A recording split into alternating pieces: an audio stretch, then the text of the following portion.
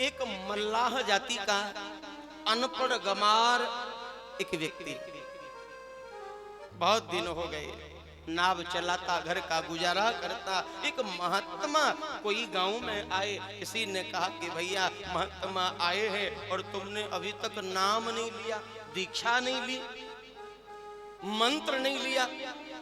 महात्मा आए हैं, जाओ और जाकर के संत जी को प्रणाम करो, उनसे नाम ले लो, दीक्षा ले लो।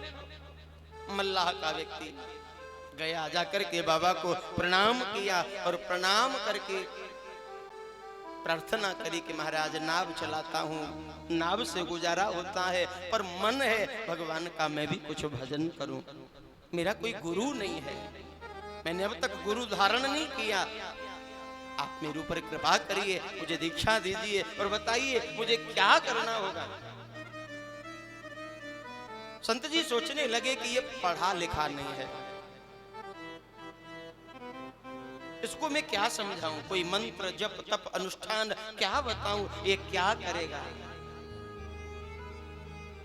तो ये सरल है, ये भोला है, नाव चला करके गुजारा करता है। संत जी ने कहा कि भैया तुम भगवान का नाम जपो और कोई भी तुमसे कुछ भी कहे तो सबसे एक ही बात कहो कि गोपाल जी जाने, हम क्या जाने, जो जाने वो गोपाल जी जाने, हम कुछ नहीं जाने।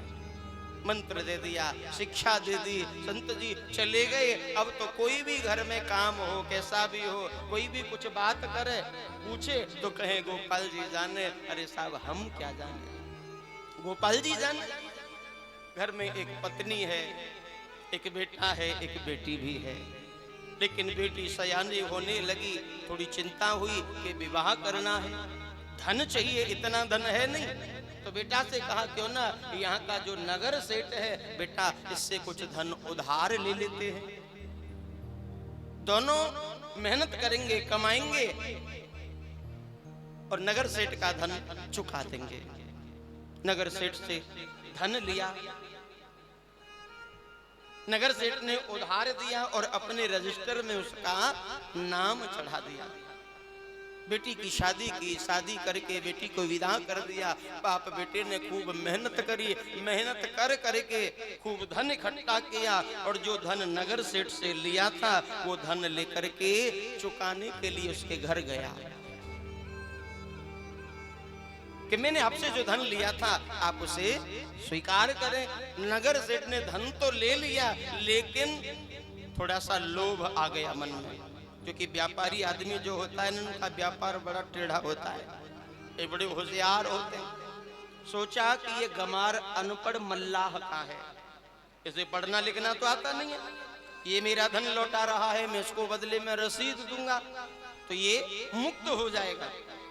तो नगर सेठ ने क्या किया, धन तो ले लिया, लेकिन जो रसीद बनाकर देनी थी वो एक कोरे कागज पर कुछ और लिख करके दे दिया और असली रसीद अपने पास रख ली।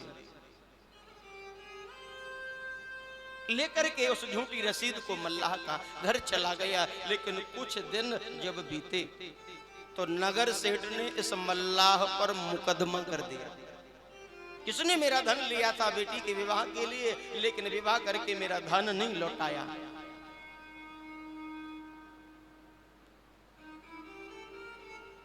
मेरा धन नहीं लौटाया। अब तो महाराज प्रशासन आया, पुलिस आई और पकड़ करके मल्लाह को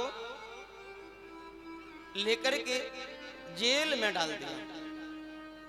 जज साहब बैठे, जज ने पूछा कि तुमने इनसे धन लिया? बोले हाँ जी लिया। बोले विवाह करके फिर धन लौटाया? बोले हाँ जी लौटा दिया। बोले लौटाया तो कोई रसीद चिट्ठी पत्री कुछ इन्होंने दी? बोले हाँ जी दी। जेब में से निकाल करके जो रसीद सेठ ने दी वो दे दी।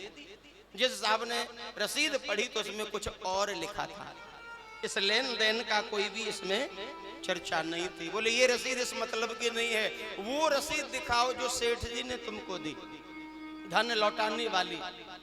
मल्लाह का बोला साहब मेरे पास तो यही रसीद है, सेठ जी ने मुझे यही रसीद दी।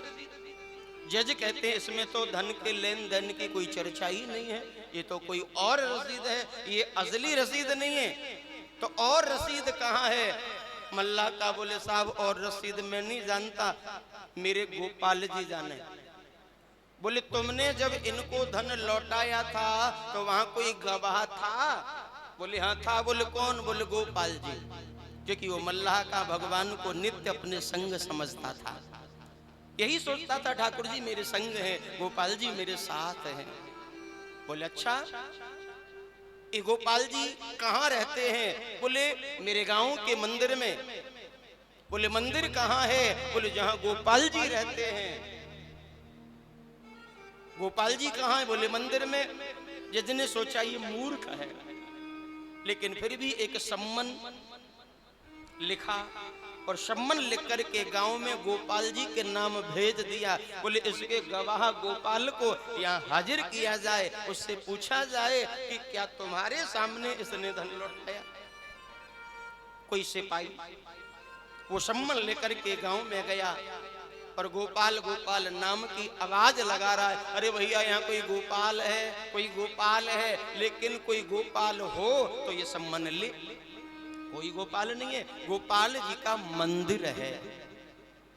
तो जब मंदिर के सामने से सिपाही जा रहा था तो मंदिर के जो पुजारी जी थे वो इस पूरे वृतांत को जानते थे कि मल्लाह का व्यक्ति पकड़ा गया है नगर के सेठ के लेन देन के चक्कर में, और सेठ ने उसको फंसा दिया, झूठा मुकदमा लगा दिया।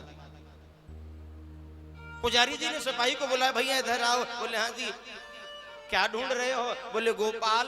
गोपाल जी कौन है? बोले यही गोपाल जी हैं, ये मंदिर में जो बैठे हैं। अच्छा। बोले इनके नाम से सम्मन आया है। बोले दे दो इनको।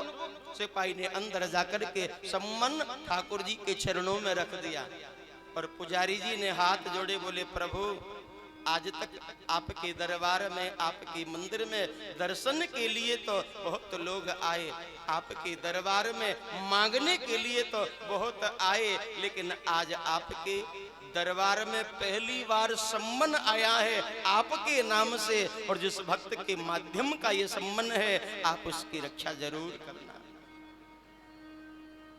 तारीख भी उस पर पड़ी थी, किस दिन पेश होना है। जिस दिन अदालत लगी, जज साहब बैठे हैं, वकील आए हुए हैं, मल्लाह का अपने कटघरे में खड़ा हुआ है और आवाज लग रही है कि गोपाल जी हाजिर हो। तुरंत भगवान श्री गोपाल जी एक बूढ़े बाबा का वेश बना करके गोपाल नाम से अदालत में हाजिर हो गए। ये बोलिए गोपाल भगवान की जय हो। भगवान प्रकट हो गए। जज ने पूछा क्यों बाबा, तुम्हारे सामने इस मल्लाह ने नगर सेठ को पैसा वापस किया? बोले हाँ जी किया। बोले तो फिर नगर सेठ ने कोई रसीद दी होगी, वो कहाँ है? गोपाल जी बोले साहब, सेठ जी बेईमान आदमी है, इन्होंने इसको कोई रसीद नहीं दी। असली रसीद तो इनकी फलानी बही खाते में फलाने नंबर पर वहां रखी है, किसी सिपाही को भेज करके मंगवा लीजिए। और जैसे ही सिपाही गया, बही खाता खोला, उसमें फलाने नंबर पेज पर रसीद मिल गई। लेकर के सिपाही आया, जज साहब ने देखी सही रसीद, एकदम सही व्यवहार व्यापार। जज साहब ने नगर सेठ को सजा दे दी। अपनी कार्य में लगे रहे, लेकिन इतनी देर में वहां से जो गोपाल जी आए थे वो अंतर ध्यान हो गए। अब जब इधर मुड़कर के देखा कि गवाह कहाँ है, तो वो तो चले गए। मल्लाह से पूछा, बोले तुम्हारे गवाह कहाँ हैं? बोले अभी तो आए थे। अब कहाँ गए? बोले अपने मंदिर में गए हैं, अपने मंदिर में गए। बोले गोपाल जी कौन है? बोले मेरे भगवान थे, मैं किसी और को नहीं जानता। ये बूढ़े बाबा कौन है ये सब मैं नहीं जानता, मेरे तो गोपाल जी हैं। जज ने जैसे ही ये सब दृश्य समझा कि फलाना व्यक्ति आया, उसने बही खाता बताया, पेज नंबर बताया और असली रसीद मिल गई, इतनी गंभीर बात कौन बता सकता है। रात को अदालत समाप्त करके जज साहब घर आए, लेकिन रात भर नींद नहीं आई, केवल बेचैनी होने लगी कि देखो मेरी अदालत में जगदीश आए और मैं उनको ठीक से समझ भी नहीं पाया, देख भी नहीं पाया। सुख सारद नारद शेष दिनेश महेश के ध्यान न आते रहे, सोई इस अदालत में सन्मुख मल्लाह के गवाह कहते रहे। सुख धोके हुदरस दियो जो दियो, दुख ने कहू नाही जो जाते रहे। मैं कुर्सी पे बना, मैं कुर्सी पे बना जज बैठा रहा, जगदीश खड़े समझाते रहे।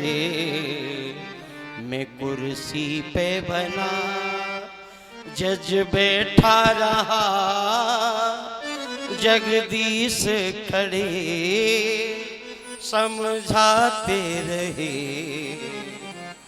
आज जज साहब खूब रो रहे हैं, व्याकुल हैं कि मेरी अदालत में जगदीश आए और मैं नैन भर के उनको देख भी नहीं पाया, समझ भी नहीं पाया। तो ये जितनी भी कथा है ना, ये केवल भाव पर निर्भर है।